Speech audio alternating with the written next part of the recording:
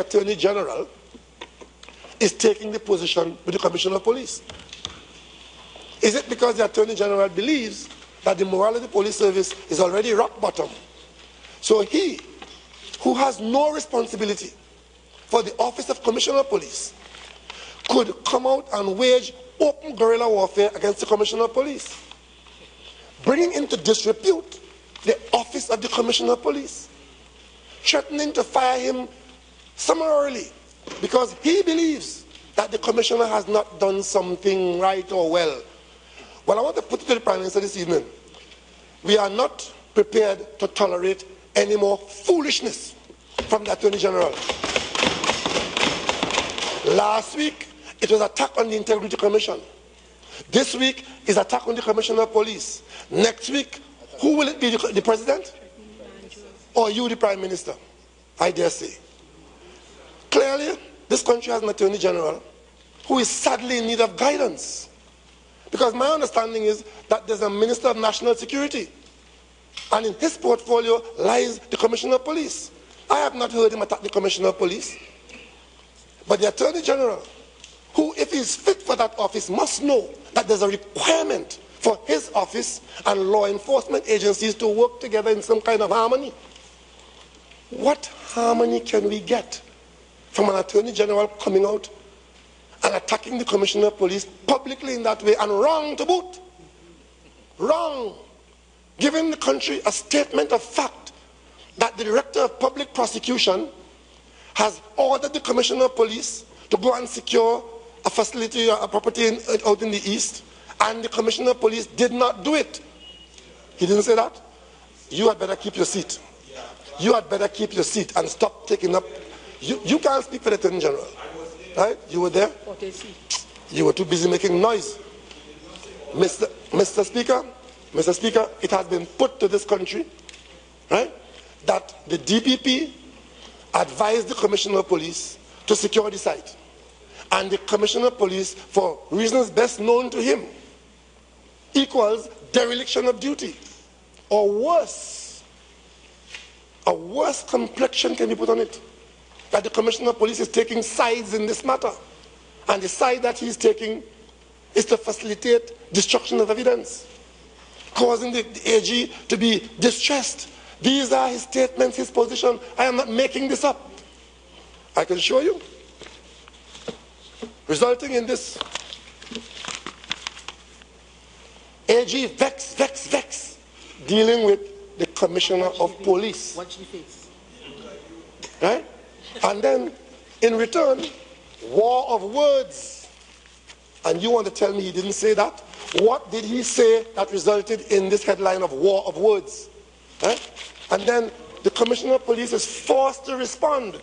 Filbert fires back. That is not what we want in Trinidad and Tobago. Here is the Parliament. The Parliament in a difficult situation.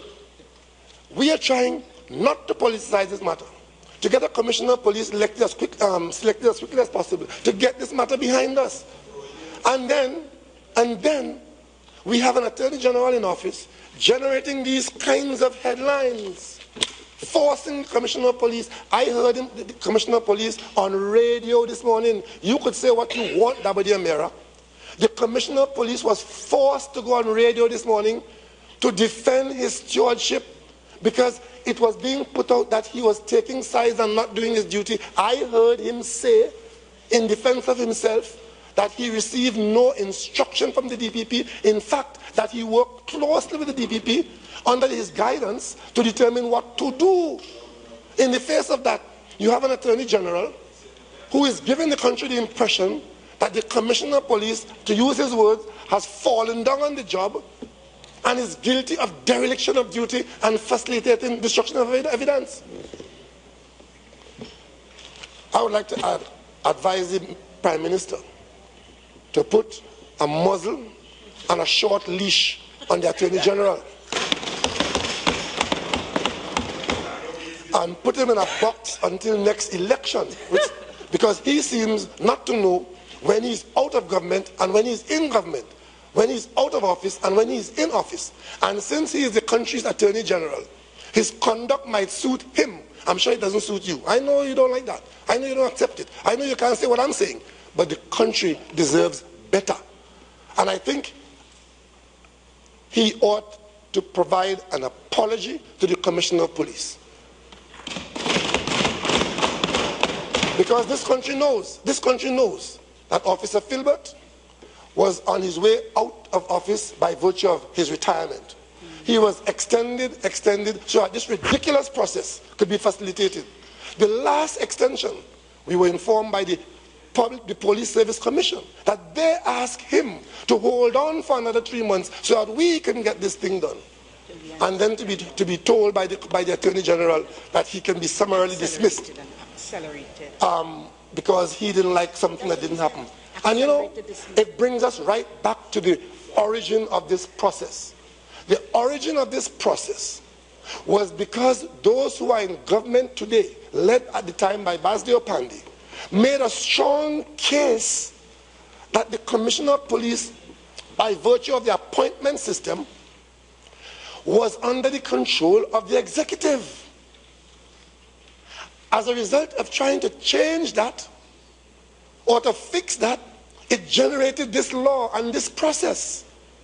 And it's ironic that even as we are trying to get the outcome of the process, you have an Attorney General who has no business taking public issue with the Commissioner of Police, demonstrating, I hope quite wrongly, that he has some role in determining the tenure of the police commissioner. Exactly. For a man to be able to threaten you with your job and to accelerate your retirement, he is saying to you he has some involvement in the process, some control of the process, and he has a position on your tenure. Prime Minister, I know you are the first female Prime Minister of this country, but have you taken on to yourself additional powers you don't know about, which you have passed on to the Attorney General, that he could determine how long the Commissioner of Police serves? By what process will the Attorney General terminate the appointment of the Commissioner of Police? By what process? Or is it just to give the impression that he's big, bad, and ugly? But it's an ugly development. And ugly is a parliamentary word. This is an ugly development. What do you call this? AG, vex, vex, vex, war of words, Filbert fires back. And then we were told today that we were supposed to be building trust and building institutions. Well, if that is the assignment, then this development is counterproductive. Colleagues, counterproductive. What trust can you build between the Office of Attorney General and Commissioner of Police if that is the conduct of the office holder and the other one is forced to respond? What trust can you build?